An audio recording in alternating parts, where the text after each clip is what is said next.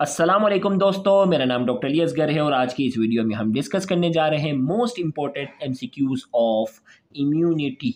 Immunity chapter के आज की इस वीडियो में हम मोस्ट इंपॉर्टेंट एमसीक्यू को डिस्कस करने जाएंगे। तो आज के इस लेक्चर को शुरू करने से पहले आपसे एक मरतबा रिक्वेस्ट करेंगे कि अगर आपने अब तक हमारे इस चैनल को सब्सक्राइब नहीं किया, जो कि सिंध बोर्ड टीचिंग के नाम से है, तो काइंडली आज ही आप हमारे इस चैनल को सब्सक्राइब करें और साथ ही साथ बेल आइकन को लाजमी क्लिक करें ताकि हमारी अपलोड करदा तमाम इंपॉर्टेंट वीडियोज़ की नोटिफिकेशन आपको रिसीव हो सके। तो आइए स्टार्ट करते हैं। The immune cell that clean up pus as a part of the healing process is, वो कौन से सेल होते हैं जो क्लीन अप करते हैं? पस सेल। याद रखिएगा, पस सेल जो होते हैं वो डेड न्यूट्रोफिल होते हैं। न्यूट्रोफिल जब मर जाते हैं तो पस होते हैं, पस सेल की शक्ल इख्तियार करते हैं। तो पस सेल को क्लीन अप करने वाले हीलिंग प्रोसेस में वो कौन से सेल होते हैं? तो option A natural killer cell, option B macrophage, option C antibodies and option D neutrophil. तो ए बी सी डी चार ऑप्शन हमारे पास है। करेक्ट आंसर इसका है मैक्रोफेज। जो है वो न्यूट्रोफिल के बाद मैक्रोफेज का रोल होता है, जो पस सेल को जो है वो क्लीन अप करने का काम करते हैं।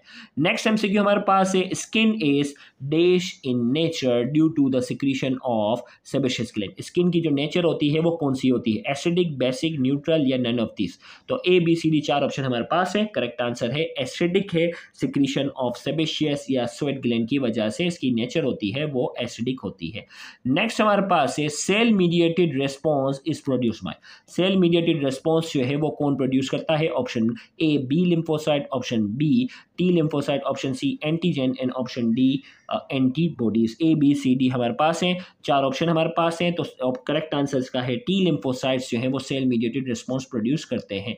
नेक्स्ट हमारे पास है, what is the largest organ in the human body? Human body का सबसे लार्जेस्ट ऑर्गन कौन सा है? Heart, option B brain, option C skin and option D liver. A B C D चार ऑप्शन हमारे पास हैं। कमेंट सेक्शन में आप आंसर कर सकते हैं। तो इसका करेक्ट आंसर हमारे पास skin is the largest organ.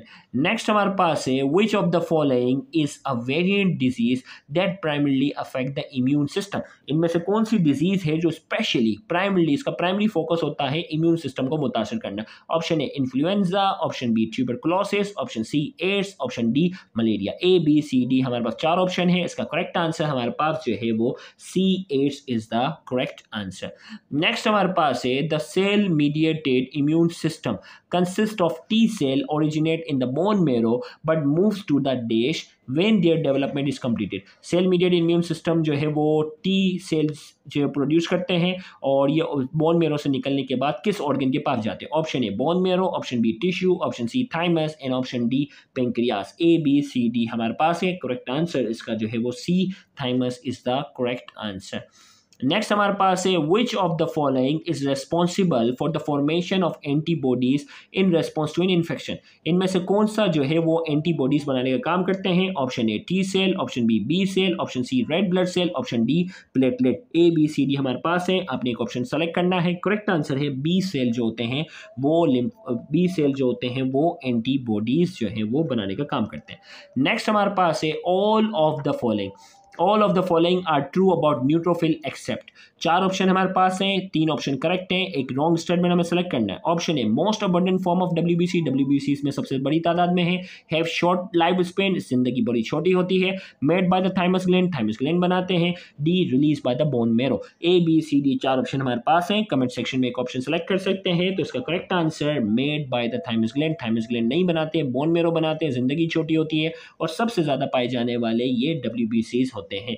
Next हमारे पास है, what describe a non-specific immune response? इनमें से कौन सा जो है वो नॉन स्पेसिफिक इम्यून रेस्पॉन्स को जो है वो डिस्क्राइब करता है? Option A activation of killer T lymphocyte by infected cell, B cloning of B lymphocyte to form plasma cell, injection of a bacterial cell by a neutrophil, D presentation of antigen on the cell on the cell surface of macrophage. A B C D non specific को कौन show करता है? तो इसमें अगर देखा जाए T cell, B cell, ये तो सारे स्पेसिफिक इम्यून रिस्पॉन्स का है और एंटीजन वाला भी जो एंटीबॉडीज से कहीं ना कहीं लिंक है, ये भी स्पेसिफिक है। तो करेक्ट आंसर है injection of a bacterial cell by neutrophil. Neutrophil जो है वो इंजेस्ट करते हैं, ये नॉन स्पेसिफिक इम्यून सिस्टम का क्या है? पार्ट है। तो करेक्ट आंसर हमारे पास इसका सी है।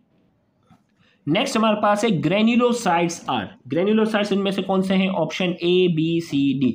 अब तीन तीन की कॉम्बिनेशन दी गई है, आपने करेक्ट आंसर्स में जो है वो पिक करना है एमडीके 2025 का। याद रखिएगा ग्रेन्युलोसाइट्स जो होते हैं वो multi nucleated white blood cell होते हैं। तो correct answer neutrophil, eosinophil, basophil, C is the correct answer. Next MCQ हमारे पास है the protein that help other cells resist viral infection. वो प्रोटीन जो दूसरे सेल को हेल्प करते हैं वायरल इन्फेक्शन के दरमियान रेजिस्ट करने में। Option A penicillin, option B histamine, option C interferon and option D antigen. A, B, C, D आपने एक ऑप्शन सेलेक्ट करना है। करेक्ट आंसर इसका है C, interferon is the correct answer. Next हमारे पास है which of the following is true about bradykinin. Bradykinin के हवाले से इनमें से कौन सा करेक्ट है? It is produce at the site of tissue injury, it has no role in the leakage of fluid into tissue inflammation, it destroy phagocytes, it produce interferon। तो इनमें से बताना है कि ब्रेडिकाइनिन के हवाले से कौन सा ऑप्शन करेक्ट है।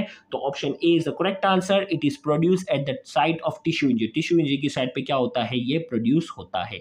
नेक्स्ट हमारे पास है एंटीजन में भी। एंटीजन जो है वो प्रोटीन मॉलिक्यूल होता है। एंटीजन क्या हो सकता है? Option A virus, option B fungi, option C bacteria या डी ऑल ऑफ दिस।